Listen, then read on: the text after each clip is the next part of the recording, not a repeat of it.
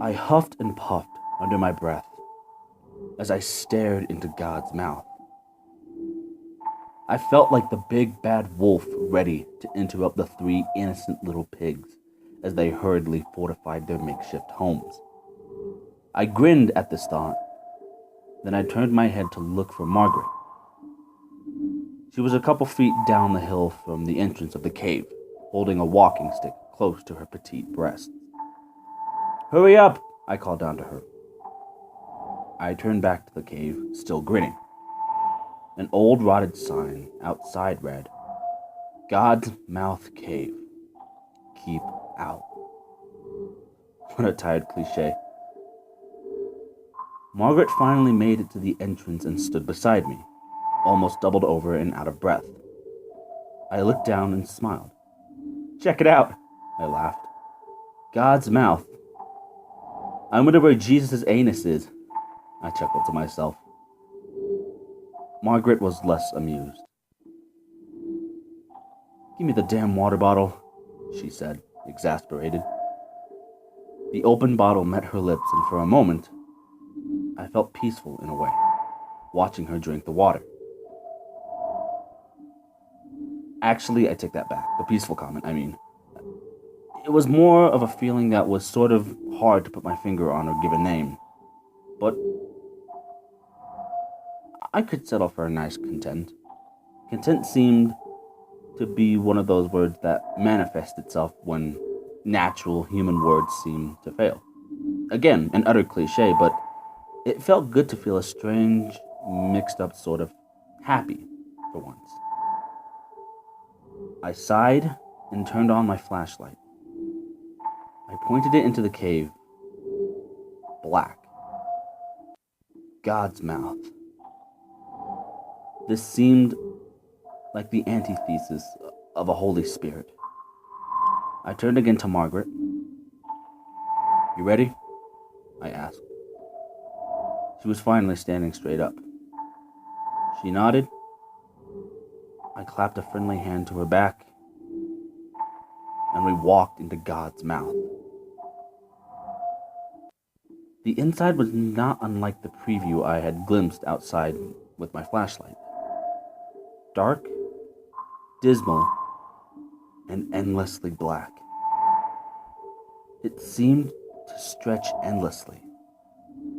No matter how I positioned my flashlight, the rocky terrain was damp and imposing.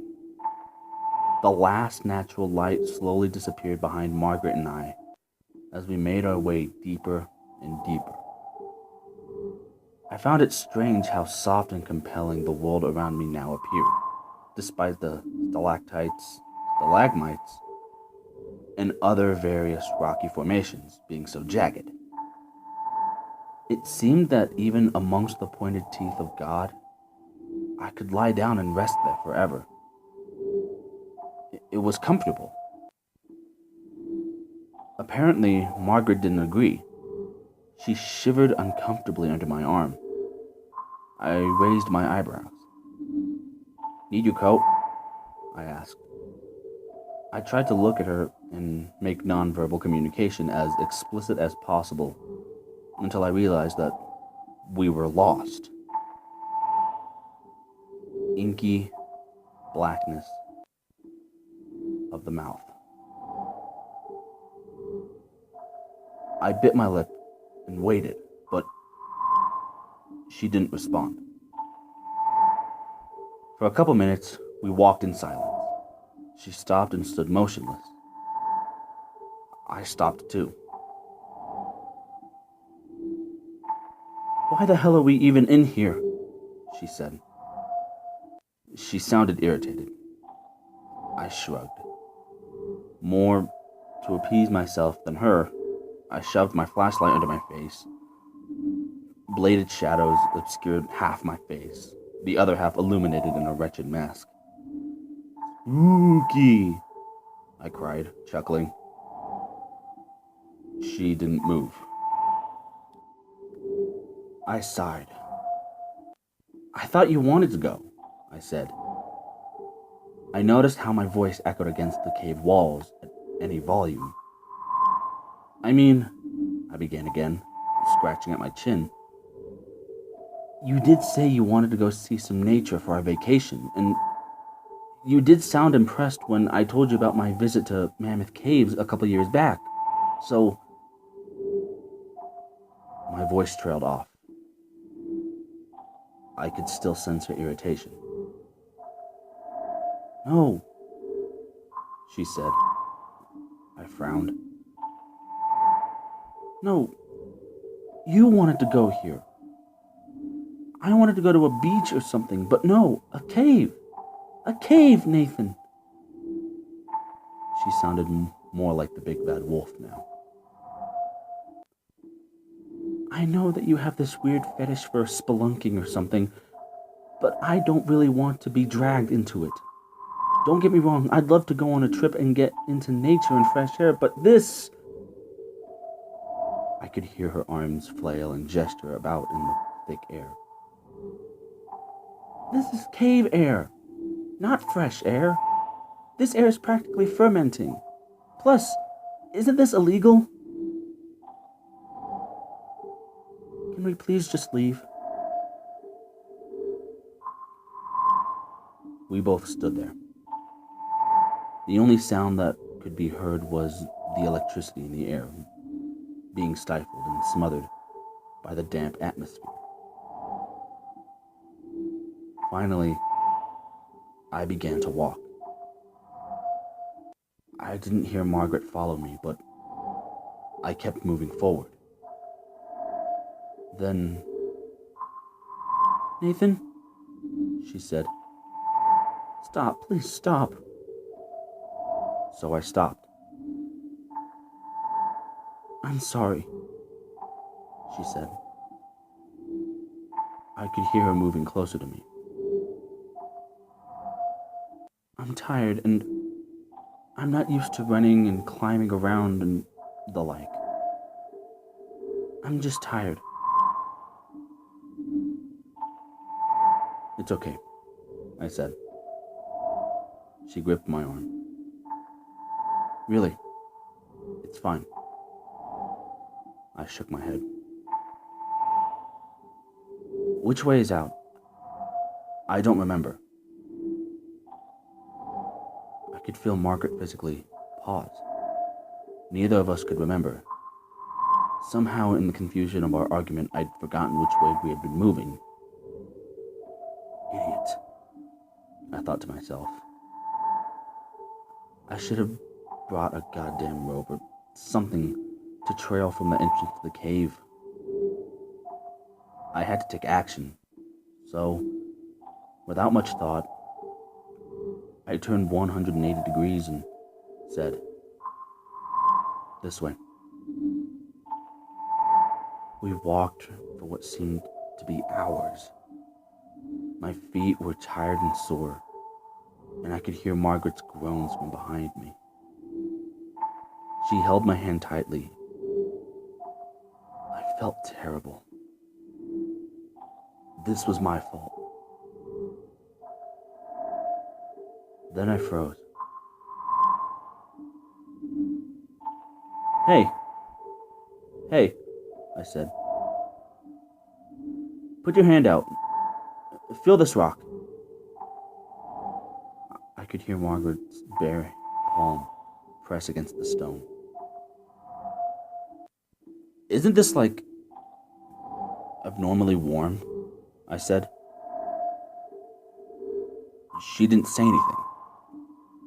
I began to work my way along the wall, feeling it as I went, shining the flashlight in front of me.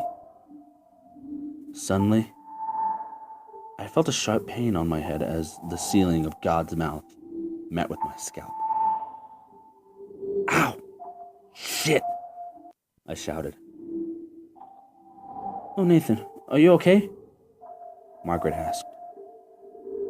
She seemed on the verge of panic now. I'm fine, I said. Please, calm down. We'll get out of here soon. I promise. I started again, pointing my flashlight upwards now to see the ceiling above me. It seemed to be getting narrower.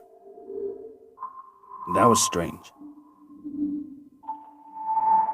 Listen up, Margaret, babe, I said through clenched teeth.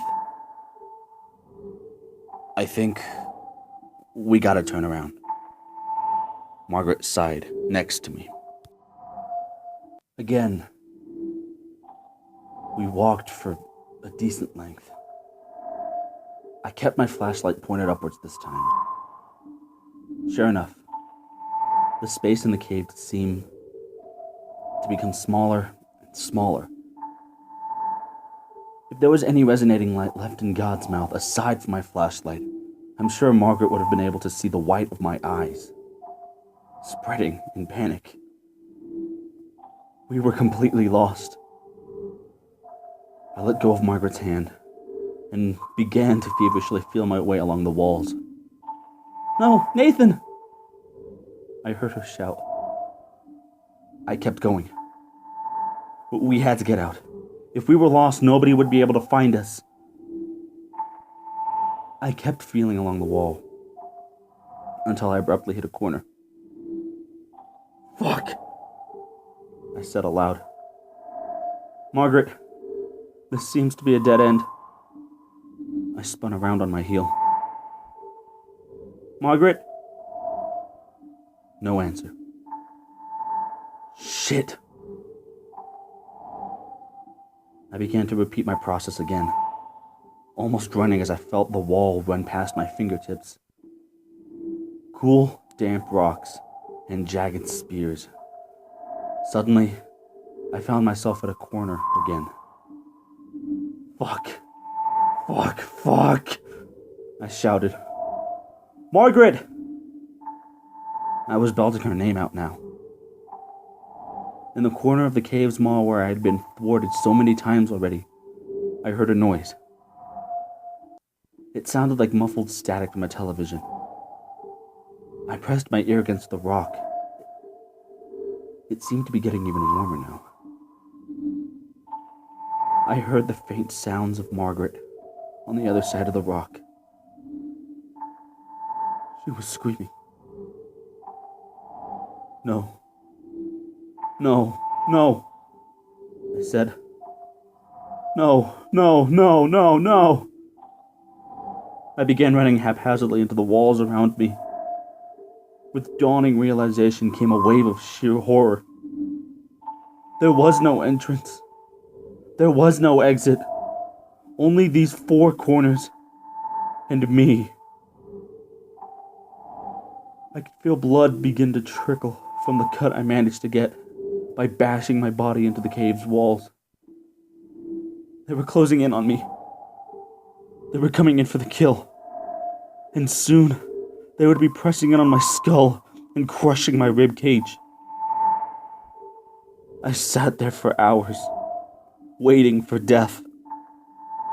My flashlight was becoming dim and blinking. Finally, I felt the soft touch of these rocky walls press against my back. I began to cry as I laid down on the ground. I let my flashlight roll on the small hills of stone. As I quietly stayed prone, tears dripping down from my face, I turned and looked at the flashlight. Its last fading beams of light pointed at something not far away from my face. I squinted in the darkness. My eyes widened, and I felt tears fall even harder from my face. The rocks were piercing my skin now, and blood dripped from all sides. There, in the last light of my flashlight, was the appetizer. The spotlight shone on a hand whose nails were painted red, and I screamed in agony as I watched God's mouth chew its latest meal.